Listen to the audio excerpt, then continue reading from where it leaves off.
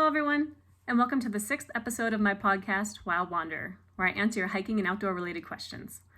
Be sure to look at the description for links to my website, book, and helpful links to topics I'll be discussing today. Now, a couple of episodes I mentioned a good fire starter is a birthday candle or crayon.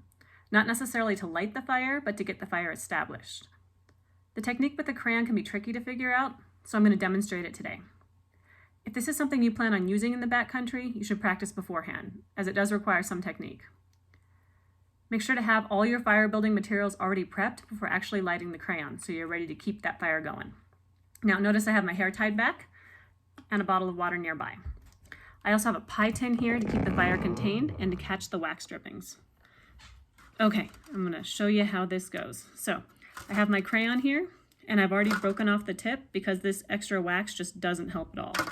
And I've pre-frayed it so that I have something to light. Now we're going to light this and see how it goes.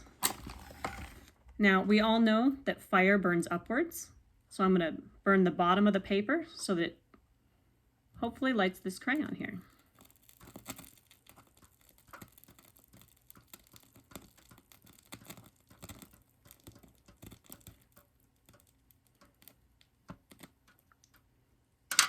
Okay, look at that. So we have a fire starter here. So at this point, what you would want to do is put your crayon down and start putting your kindling onto this fire so that it keeps going. A crayon like this, out of the wind, if you can keep it out of the wind, will stay lit for about 2 minutes, which should give you ample time to start a fire if you're prepped and ready to go ahead of time. So remember, practice is always the key to fire building. It does take some work. Now, I hope you found this episode helpful and that you continue to watch more episodes. And to help me keep these episodes coming, please ask me questions.